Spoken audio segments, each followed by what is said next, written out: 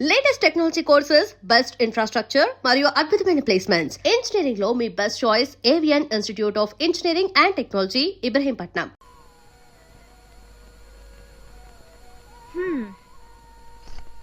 ఏమిటండి 7 దాడుతున్నా ఇంకా ముసుగుదని పడుకున్నారు? లేవండి, మీకు ఇలా కాదు. ఏమైపోయారు ఇలా? ఏమండి ఏమండి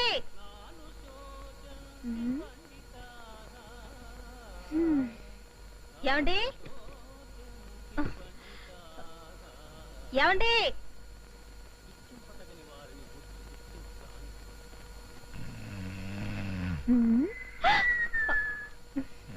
ఏమండి ఏమిటండి స్టోర్ రూమ్ లో పడుకున్నారు?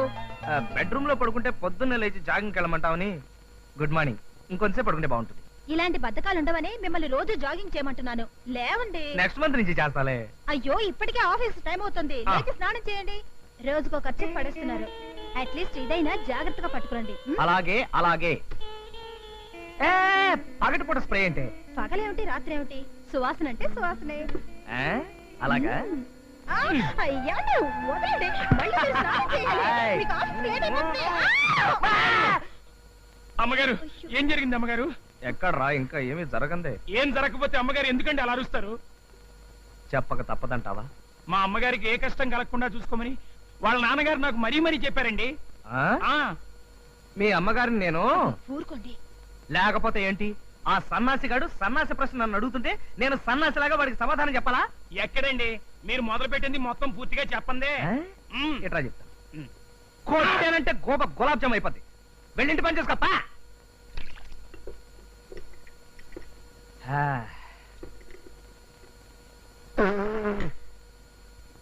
యారా సన్నాస్ ఆఫ్ సౌత్ ఇండియా, నేను టీ తాగనని తెలుసు కూడా నాకు టీ ఇస్తావా? పోనీ ఒక్క పూట టీ తాగితే ఒక్క ఏమవుతుందండి? పూట కాదు, ఒక్క గంట అయినా సరే. పాలసీ అంటే పాలసీయే. ఏంట్రా చూపేంటి? నీ ఆస్తంతా నేను రాయించేసుకున్నట్టుగా. వాడు చూపే అంత కదండి. నువ్వు వాడిని సపోర్ట్ చేయకు, వాడు రెచ్చిపోతాడు. కొట్టానంటే మళ్ళీ గోప గులాబ్ జామ్ అయిపోద్ది. వెళ్ళి కారుతుడు పా.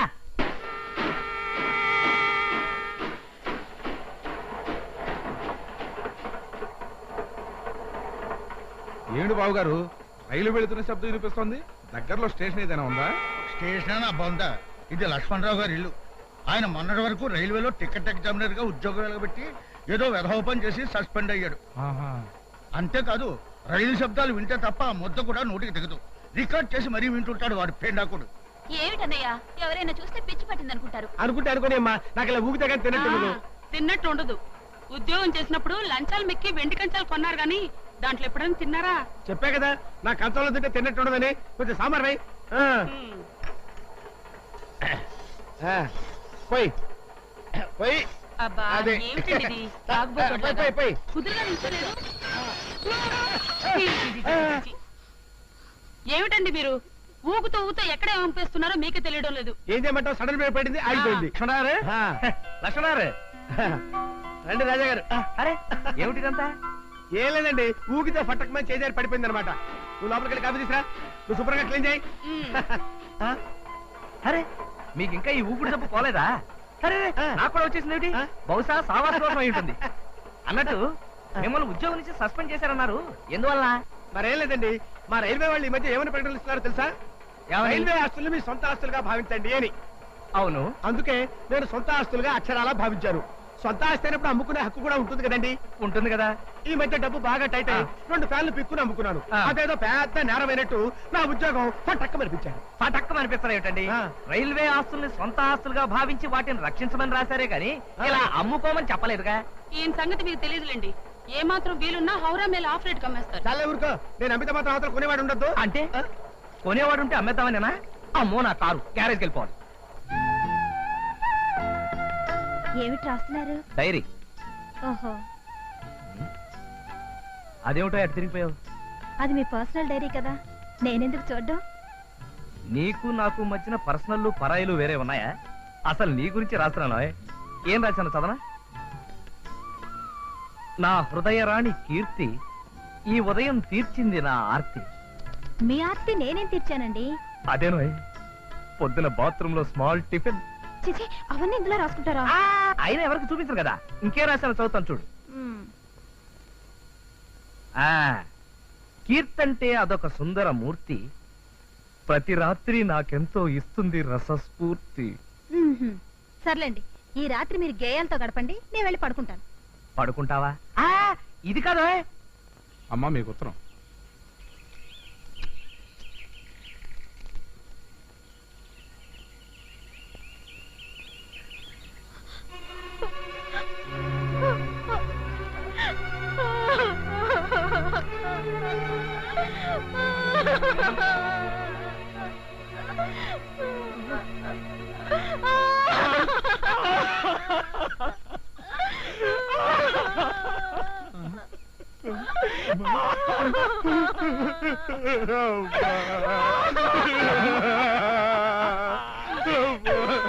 ఏమైంది?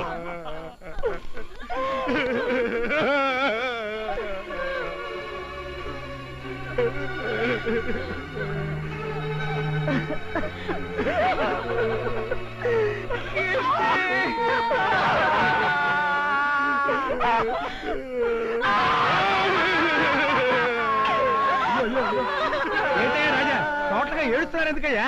బహుశా ఎవరైనా పోయారేమో. ఆ విషయం అయితే తెలిస్తే మనం కూడా ఏడుస్తాం కదా. ఏమైనా పుష్ప నువ్వెందుకు ఏడుస్తున్నావయ్యా? ఏమోనండి నాకు తెలియదండి. తెలియకుండా ఎందుకు ఏడుస్తున్నావు?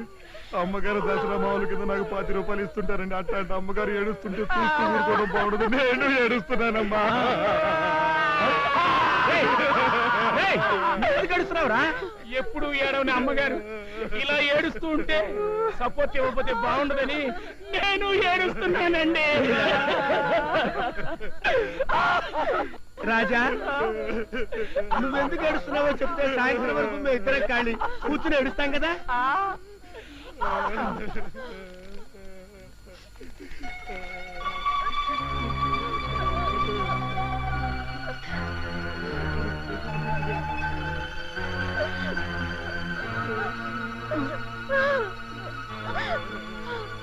ఇందులో ఏడవడానికి ఏముందండి? మీ మరదల పెళ్లి నిశ్చయమైంది, పెళ్లి తాంబూలాలు పుచ్చుకుంటున్నారు, 10 రోజుల ముందుగా మీ భార్యను పంపించండి అన్నారు. ఇందులో గుండెలు బాదుకుని ఆడవలసిన అవసరం ఏముందండి? బహుశా అమ్మాయిని ఏ ముసలోడుకో ఇచ్చి కట్టబెడుతున్నారేమోనండి. అబ్బే, అదేం కాదు వదిన గారు. మరైతే ఎందుకు ఏడుస్తున్నావు? నేను 10 రోజులు పుట్టింటికి వెళితే ఈ నాళ్ళ పల్లా ఎవరు చూసుకుంటారండి? ఆ బాధతోనే ఏడుస్తున్నాను. అదేమిటమ్మా, నువ్వు లేకుండా ఎలా ఉండగలను అనుకోవడానికి మీ ఆయన చంటికున్నాడా ఏమిటి? అవును, నువ్వెందుకు ఏడుస్తున్నావో చెప్పవే. నేను ఇంతవరకు మా ఆవిడ్ని విడిచిపెట్టి ఎప్పుడు ఉండలేదండి. ఇప్పుడు ఎలా ఉండడమా అని తలుచుకుని ఏడుస్తున్నాను. అమ్మా, మీ ఆయనంటే నీకు మరీ అంత ఇదైతే నువ్వు వెళ్ళటం మానేవమ్మా. వెళ్ళడం మానేస్తే అక్కడ తాంబూలాల కార్యక్రమం ఏమవుతుంది? నువ్వు కూడా వెళ్ళవే మీ ఆవిడతో పాటు. అమ్మో, అన్ని రోజులు సెలవు నాకు దొరకదు. నువ్వేం బాధపడకమ్మా, మా ఆయనకి ఎలాగో ఉద్యోగం పీకేశారు కదా, ఆయనకి ఇప్పుడు ఏం పని లేదు. మీ ఆయన సంగతి మా ఆయన చూసుకుంటారు గాని నువ్వు బయలుదేరు. ఫంక్షన్ అవగానే వచ్చేస్తావు కదూ? అలాగేనండి, రోజుకో ఉత్తరం రాయి. అలాగేనండి. అమ్మో, ఉత్తరం అయితే 2 రోజులు అవుతుంది. గంటకోసారి ఫోన్ చెయ్యి. మా ఇంట్లో ఫోన్ లేదు కదండి. అయ్యో, మర్చిపోయాను నేను. మీ నాన్న పీనాశాడు కదూ? పక్కింట్లో లేదండి. ఎదురింట్లో అక్కడ కూడా మా లేదు. ఇంట్లో ఉందిగా. మా ఆవిడికి బీడి వాసన పడదాయా? కండక్టర్ గారు, నువ్వు మీ మాతో ఇద్దరు ఇలాగే తొందరగా లైలా మధ్యలో మాట్లాడుకుంటారు కానీ మీరు రైట్ చెప్పండి. నువ్వు మాతో తొందరగా వచ్చాయి. ఏమండి? నువ్వు మాతో నా గురించి తొందరగా వచ్చేయ్. ఆలోచిస్తే నిజం పాడు చేసుకోకండి. జాగ్రత్త అండి. ఏంటి గౌరీ, పుట్టింటికి వచ్చి వారం కూడా అవ్వకుండా తిరిగి వెళ్ళిపోతున్నా? అప్పుడే మొగుడు మీద గాలి మెళ్ళేసిందా? లేదు పిన్ని, నేను ఇలా వచ్చేగానే మా ఆయన మరో దాంతో షికార్లు కొడుతున్నాడని మా పొరిగింటి సావిత్రమ్మ నాకు ఉత్తరం వేసింది. అంతేనమ్మా, అంతే. ఈ మగాళ్ళంతా అంతే. మా ఆయన మిగతా మగాళ్ళగా ఏదో వేషాలు వేస్తాడనుకోలేదు. నీ మొగుడేంటి, నా మొగుడేంటి, ఈ లోకంలోని మొగుళ్ళంతా అంతే. మీ చిన్నాన్న మాత్రం తక్కువ తిన్నాడా? నన్ను ఇలా మ్యాట్ని ఆటకు పంపేసి ఇంట్లో మరో ఆడదంతో మ్యాట్ని పెట్టేసేవాడు. ఈ మగాళ్ళను నమ్మడానికి వీల్లేదమ్మా. 190 మంది మగాళ్ళు సందు దొరికితే చాలు ఇంకో ఆడదంతో చిందులేశాడన్నమాటే. అందులోనూ ఇప్పటి కుర్రాళ్ళు మరీ పేటరేగిపోతున్నారు. పెళ్ళాం పుట్టింటికి వెళ్ళగానే శ్రీరామచంద్రుడు లాంటి మగాడైనా సరే మరో చుప్పనాతిని తగులుకోవడం మామూలే. ఈయన కూడా ఎవరితోనైనా. ఆపండి, బస్ ఆపండి. ఏ అమ్మగారు తిరిగి వచ్చేసారు? ఊరికెళ్ళేదా? లేదురా, ఏ మనసు బాగలేదు.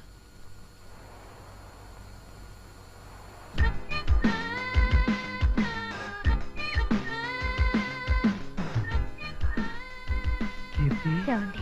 కీర్తి,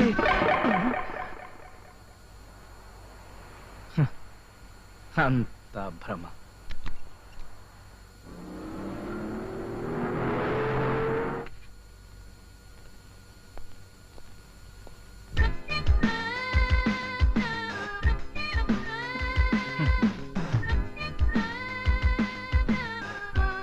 ఏమండి చూసావా కీర్తి, నువ్వు ఊరికి వెళ్ళిపోయినా నీ నీడలు మాత్రం వెంటాడుతూనే ఉన్నాయి. అదేంటి అమ్మగారినా? మగవాడి వంట ఆడదాని తంట నేనేమి సేతురో లింగా. వంటింట్లో ఫ్రిజ్ పక్కన అలా నవ్వుతూ నిలబడిన పోజు ఎంత అందమైన భ్రమ కీర్తి. ఏమిటో అంతా నా భ్రమ.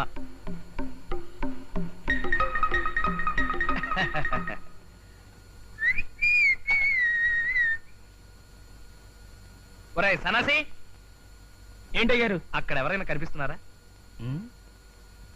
ఇక్కడ ఎవరు లేరండి. మీ అమ్మగారు ఊరికెళ్ళినా సరే నాకు మాత్రం ఇక్కడే నిలబడి ఉన్నట్టుగా అంతా భ్రమరా. ఇది తీసుకురా, వంట చేద్దాం.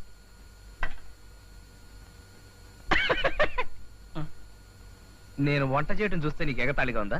కొట్టానంటే గోప గులాబ్ జామ్ అయిపోద్ది. రా.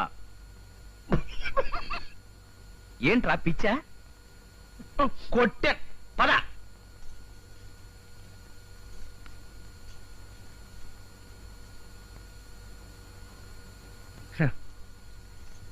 ఇందుగలడందులేడని సందేహము వలదు చక్రి అన్నట్టు ఎందెందు వెతకి చూచిన అందందే కలదు నా కీర్తి. కీర్తి,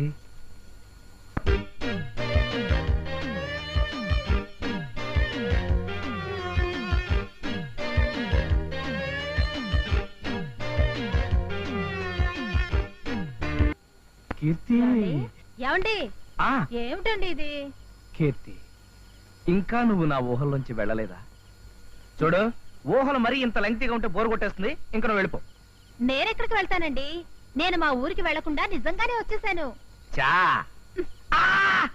అబ్బా, ఇప్పుడు చెప్పండి, ఇది నిజమా భ్రమ? ఇంత మంటెక్కిపోతే ఇంకా భ్రమ ఎందుకు అవుతుంది? అది నిజమే. అవును, అమ్మయ్య. నువ్వు ఇక్కడే ఉంటే నా చేత వంట చేయించావేంటి నువ్వు చేయకుండా? ఎప్పుడు అమ్మగారు వంట చేయడం మీరు తినడం మామూలే కదా. మీ చేతి వంట ఒక్కరోజైనా తినాలని. నా చేతి వంట తినాలనే బస్ దిగి వచ్చేసావా? అది కాదండి, నేను బస్సులో వెళ్తుంటే ఇద్దరు ఆడవాళ్ళు మగాళ్ళ మనస్తత్వం గురించి మాట్లాడుకోవడం నేను విన్నాను. ఏం మాట్లాడుకున్నారు? భార్య పుట్టింటికి వెళ్ళినప్పుడు భర్త మరో ఆడదాంతో సంబంధం పెట్టుకుంటాడటండి. చా, ఊరుకా. అవునండి, 100కి 90 మంది మగాళ్ళు అంతేనట. 100కి 90 మంది. కానీ నేను ఆ 90 మందిలో లేను. నేను 91వ వాణ్ణి. తెలుసులేండి. తెలిస్తే మరి ఎందుకు వచ్చేసావు? అదా, అది అది నాకు తెలుసు కీర్తి, నీ మనసులో ఎక్కడో నా మీద అనుమానం ఉంది. చూడు, ఆడదాని అందం అయస్కాంతమే కావచ్చు, కానీ అయస్కాంతానికి అంటుకునేది ఇనప మొక్కలే గాని బంగారం కాదు. నా మనసు కల్తీ లేని బంగారం లాంటిది. అయితే డేంజరేనండి. ఏంట్రా డేంజరు? ఆడాళ్ళు బంగారం కనిపిస్తే వదిలిపెట్టరు కదండి. ఒరేయ్, కొట్టానంటే గోప గులాబ్ జామ్ అయిపోతుంది. వెళ్ళిపోరా. లేరా. తన్నానంటే గోప గులాబ్ జామ్ అయిపోతే పా. అవ్వల్లా, అసలు నాకు ఈ దుష్యంతుడనే పేరు ఎందుకు పెట్టేసరికేనా? మన ఫిగర్ను చూసి ఆడపోరీలు, పచ్చగడ్డిని చూసిన ఆవుళ్ళు ఎక్కడ వెనకాల పడేటోళ్ళు. ఆ సంగతి ఇప్పటికి 25 సార్లు చెప్పారు. ముందు నా కారు సంగతి చూడండి. గట్ల కష్టమంటమైంది బాయ్. మాది రాయల్ ఫ్యామిలీ ఎరికేనా? కాకపోతే ఈ గ్యారేజ్ పెట్టినప్పటి సందికి ఏండే ఉన్నా కదా, దాంతంత ఆయిల్ గ్రీసు ఒంటికి తాకి జర్రంతా నల్లబడ్డా. లేకుంటే నేను కూడా ఎన్టీఆర్ తీరిన ఎంఎస్ పట్టుకుండేటోని. ఆ మాట ఒప్పుకుంటున్నాను కదా, ఇప్పటికైనా దాన్ని రిపేర్ స్టార్ట్ చేయించండి. నా పుల్లూటు గురించి చెప్పకుండా నీ పని ఎట్లా సురు చేయమంటావు బాయ్? అయిపోయాను. దీన్ని చూసినావు పుల్లూట్. నేను 24 అంగుళాల ప్లూట్ వస్తే 3 పోరీలు వచ్చిన తక్కువ. నమస్తే నమస్తే నమస్తే. ఎక్కడ మా దుష్యంతుడు? ఉన్నారు. ఆహా, దుష్యంత్ భాయ్. గుడ్ మార్నింగ్ భయ్యా. ఏమిటి ఇవాళ ఎంతమందికి నీ ఫ్యామిలీ హిస్టరీ చెప్పి సుట్టేశావు? ఒకడు అప్పుడే అయిపోయాడండి. నోర్మైపే. అవు ఏం సంగతి? సంగతులన్నీ బానే ఉన్నాయి, నేను బానే ఉన్నాను. మ్. కానీ ఈ బండే ఎక్కడ పడితే అక్కడ దుకాణం పెట్టేస్తుంది. కుర్ర పోరలు నడిపే కార్లు మొత్తం గిట్టనే గడి గడికి ఖరాబ్ అయితే దీన్ని నీకు జబర్దస్త్ గా ముస్తాబు చేసి పంపిస్తా కదా. మొన్న మన ఫ్లూట్ విషయంలో ఏం జరిగింది ఇరికేనా?